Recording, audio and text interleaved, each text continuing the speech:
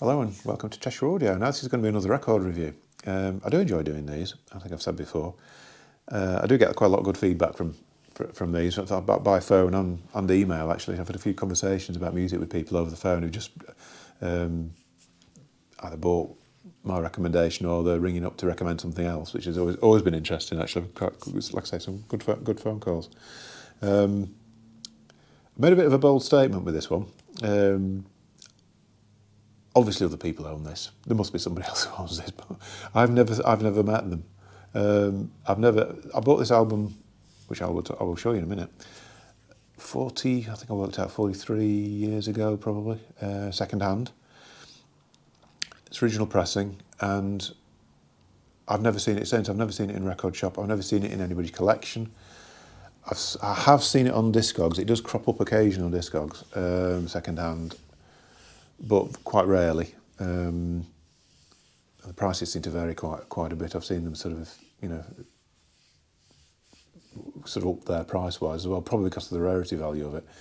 Now, I can sort of understand why it probably didn't sell in big numbers, and I don't quite understand why I bought it, because I used to buy a lot of very cheap vinyl, because I was buying with pocket money. I was sort of in my teens, in the early days of buying records. I used to go with pocket money and Christmas money, whatever, to a particular record store on a market in Wigan, who had a great selection of second-hand stuff. I used to buy new as well, but I used to buy an awful lot from this market store because the prices started at 50 pence, and he tended to have the sort of music I liked. There was a lot of rock stuff on there, a lot of Creedence and things like that, and Free and all the usual known albums, but occasionally there's some really unusual stuff on there.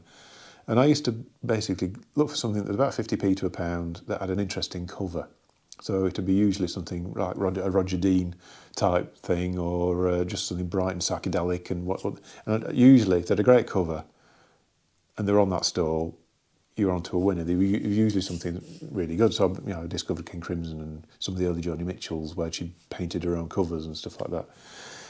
So like I say, why I bought this, I don't know, because it's probably got the worst cover, well, not worst cover, uninspiring, I think is what you would call it. And the band are called Andwella, and this particular album is called World's End, and it's kind of a Turin Shroud type thing, but it's like beige with a dirty brown background, very flat looking. Looks actually like it's been out in the sun for a while. But no, this is what I've seen sort of pictures of what it should look like, and this is what it looks like. And it's a first press, 1970. Gatefold, picture of the band, all in lovely beige. Tracks on the back. I'm going to have to answer the phone now. So at this point, I'll answer the phone and we'll have a little cut. Right, I'm back. Have I ever actually done a video where it wasn't interrupted by the telephone? Anyway, back to Andwella, World's End. Yeah, I would say, and this is another bold statement, this is probably my all-time favourite record. I mean, in my sort of top 10 favourites, I think that they sort of rotate. I think an album will become a favourite, and you listen, and eventually you sort of play it out, and it sort of slips back into the record collection, and other things come forward. And then you rediscover the things that we were listening to 10 years ago. This has always been up there. This has always been in my sort of, I'd say top 10. I'd say it's probably always been the top one. Always been my favourite album. Not for any specific reason. I don't know whether it's just because it was an unexpected discovery, really, because the cover didn't look that inspiring, because I'd never heard of them, because of all these sort of reasons. And then I played it and I was absolutely blown away by it.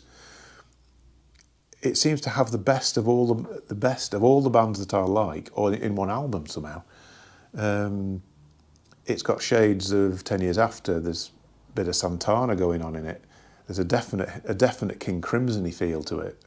There's even an aspect of things like Georgie Fame. I mean, the actual one of the main vocalists on this does sound a bit like Georgie Fame, which is not a bad thing. Georgie Fame is an amazing artist, and if you can ever see him live, do it, because he's amazing. There's all sorts going on with this. It's sort of rock come a bit of everything. There's a bit of jazz piano, jazz flute. There's one track which you could probably convince somebody was Jethro Tull if you wanted to. There's a track you could convince people is King Crimson, with all the percussion going on. Sounds very much like King Crimson Epitaph, which is another a particular favourite of mine, tracks wise. But there's a track on here that's got a very similar vibe to it, with like I say, the fantastic sort of percussive sounds on it and things. If you look on inside, there isn't a bad track, to be honest, on here. Hold On to Your Mind, that's got a sort of like, that's a kind of very 10 years after sort of feel to it. Lady Love, bit of a ballad. That is, yeah, what else? Is that the one? There's one track on here, and I can't think which one it is now, that sounds very much like, Back on the Road, a bit like the Hollies, actually. So it covers quite a broad spectrum. Say the Hollies is more of a sort of pop sort of band, really, but that's very similar feel to later Hollies stuff. Yeah, I'd be pushing it to say which was my favourite track on here, to be honest. There's an instrumental called where is he? Michael Fitzhenry. That's very Jethro Tullish. You've got lots of sort of jazz flute things going on and stuff like that. It's superb. I mean, the songwriting is brilliant. The vocalists are brilliant. The whole arrangement of it is really good. It's the first track. I mean, there's World's End 1, World's End 2, which are very appropriate for present times, I think, if you read the lyrics on that. World's End 1 is basically a classical piece. It sounds a bit like, almost it was something that may have been written for a film, actually. It's like a film music type score that slowly blends into a rock track, and it's absolute genius. I mean, there's very, very little musically I've heard that sort of grabs me in the way this does. But like I say, I don't think it will be everybody's cup of tea, because it is very much of an era. Possibly a little bit dated now, but then so am I, so that's probably why I still like it so much. Yeah, Andwella, they were sort of started out.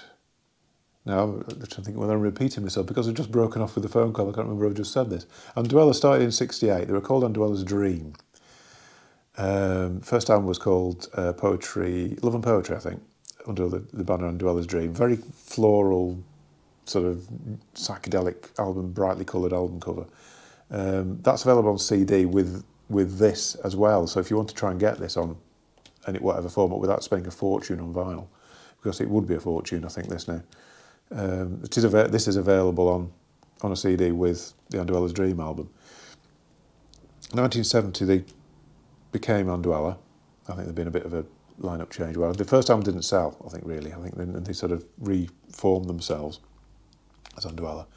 World's End came out in 1970. Then 1971, there was an album called People's People, which I don't own. Obviously, I've heard it. I think some little part of me is hoping it'll turn up in a record shop one day. But I've never seen it, like I've never seen this. So I think what I'm going to have to do eventually is I'll have to buy it online somewhere. I'll have to give in and do it. But I was only aware of it from a few years ago. So it's just one of those things in the back of my mind when I'm sifting through records. If only that had turned up, it'd just complete the circle somehow of wonderful discoveries. So yeah, recommended Andwella's World End. Yeah, what more can I say about it, really? I love it. I'm pretty sure people will listen to the music off this and think, well, I'm not so sure. But it's got something about it. It's got a sort of a jazz rock folk sort of everything going on. And there isn't a bad track, like I say. So, recommended. World's End by Andwella. On that note, I'll leave it there. I've got a few other albums I want to do this with. I was going to do it as a 3, actually, because I've got 3 albums I was going to talk about. But I just thought I'd let Andwella have one to itself. Let's do it that way. Thanks for watching. Don't forget to give me a subscribe and a like. Give me an email about this. If you actually own it, email me. Actually, it's interesting to see what you think of this one, because yes, I don't leave it in comments, because I never actually read comments now, because there's just too many of them. But yeah, if you actually own this, email me. Let me know what you think. Like I say, I'll end it there. Thanks for watching. I'll see you in a future video. Thank you very much.